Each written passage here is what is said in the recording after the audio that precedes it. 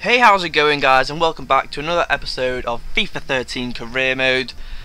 And transfer deadline day has just finished. I'm not talking about on FIFA now. It's just finished in real life. And it was a pretty disappointing day, in all honesty, wasn't it? Well, certainly from a Liverpool fan's perspective, I was kind of hoping we'd get one more player in.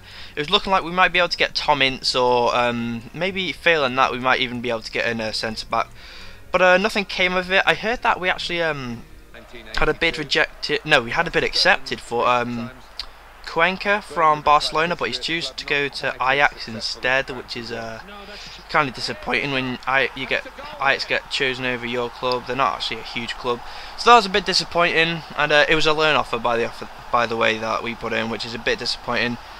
So all in all, I wasn't very happy with transfer deadline day, but there were some signings. You know, you had your likes of Balotelli to Milan, you had your likes of David Beckham to PSG, which I found pretty surprising. QPR was trying to do a load of last-ditch stealing. They tried to get Odom Wingy. Oh, what a shambles that was! I cannot believe that when he turned up at is it Loftus Road? QPR's ground, I think it's Loftus Road. Turned up praising the club, saying I was excited, and a deal had never actually been agreed between the two clubs, so I can't imagine what training is going to be like for him today. But yeah, anyway, less of that, and let's just get straight into the game, as Pepe Reina has failed me once again with an absolutely atrocious piece of goalkeeping. As you guys saw there, he came out to clear the ball, completely missed his punch, and he's just given them an easy goal. Did that make it 2-2 or 2-1? I think it made it, yeah, it made it 2-2. And late on, we gave away a stupid penalty, especially against Darren Bent, who's a real clinical striker, so I wasn't too confident in saving this penalty. And with only 15 minutes left, it didn't give me an awful lot of time to respond. As you see, put it straight down the middle, which is the most annoying thing in FIFA, when people do that and you go ahead and dive straight out of the way.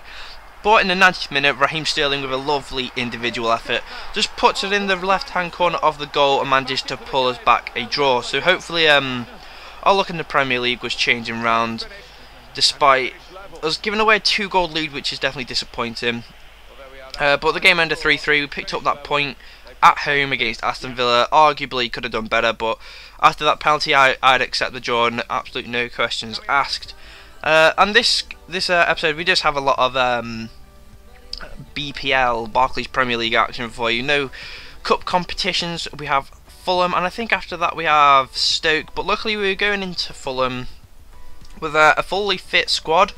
But this has been happening an awful lot lately, where every time I'm on Ultimate Team, the game for some reason resets my formation. So every time I go on career mode now, I'll start a game and then I'll realise I'm not playing in the right formation, and it is very annoying. And I don't know if you guys were with me at the start of my YouTube career, if you like, but I did actually say I wouldn't ever be doing FIFA Ultimate Team, but times have changed, and I'm actually thinking, well, I'm not thinking, I'm doing a BPL squad builder. So if you guys want to look out for that, it will be uploaded in the next few days.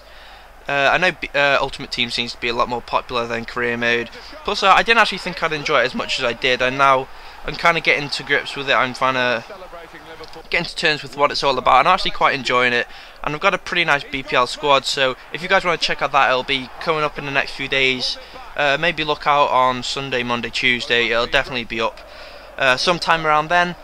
But back to the game, and again it's 2-2 against a team that we should be beating at home. And luckily Muriel managed to bag us a goal just to put us ahead. And this time we really didn't want to give up that lead, just as we did to Aston Villa, because we need to be picking up these wins at home, especially against lesser teams like Fulham, who, in all fairness, they do have a nice squad. They've got the likes of Berbatov and Brian Ruiz, but they just weren't strong enough, and Daniel Sturridge managed to get the 4th goal for us, 6th goal of the game, which made it 4-2, and hopefully that secured our win, which it did indeed. It means we pick up 3 points, and things are starting to look up in the Barclays Premier League season, especially after a recent run of form, which has been absolutely diabolical. I think we went something like 6 out of 7 games that we had lost, and we fell rapidly down the table. But we're starting to climb up again, and we had another. Oh, I thought it was a home game. Lol, jokes. We have an away game at Stoke, which is actually a really difficult game. Certainly in real life, they give you a real physical game, but in FIFA, I don't think there really is such thing as a physical game in FIFA. So hopefully we just be able to, you know, outplay them, outclass them, and pick up those 3 points. And again, you just saw it had reset my formation, which is just infuriating. But we managed to change it around again, and now we have a pretty nice. The squad's looking pretty fit, so not in a gay way. And David Alaba actually manages to grab the first goal. I don't know how he popped up in that space there, but it's a nice finish from you know, a pretty tight angle, especially with the keeper still ahead of him. And he put us 1-0 up in the 15th minute, I think it was. And look at that for a ball through to Muriel, who just puts it over. And who's there? None other than Belhanda to get his, I think that's something like his 3rd or 4th goal of the season. But recently he's been getting a couple. He's last 3 or 4 games he's either got 2 or 3. So maybe he's finding his form, finding his feet finally after a bit of a goal drought. Take a look at this from Jan and Biwa. As I ran out the pitch, I didn't really have any options, so I literally, as I hit this, I just said fuck it, and whew, what a goal that is from Jan and Biwa. I really didn't even expect to score. There just didn't seem to be any options on. He'd already ran half the length of the pitch, so I thought, you know, he's put the effort in, let's give him a chance. And what a strike that is from a centre back in particular. You know, I don't really have any reference to go on in real life, but you know, from the looks of it, it looks like Newcastle have got themselves a real nice player. But of course, it wouldn't be a game on FIFA if I didn't concede. So Nzonzi in the 84th minute, which, with all fans, it was a real nice header. But the game does finish at 3-1, so we managed to pick up those 3 points, which is very nice indeed. But going back to that Jan and Biwa goal, I'm thinking of maybe doing a goal of the season type thing. But we'll just have to wait and see. But if we do, of course, that's definitely a contender, because that was nice.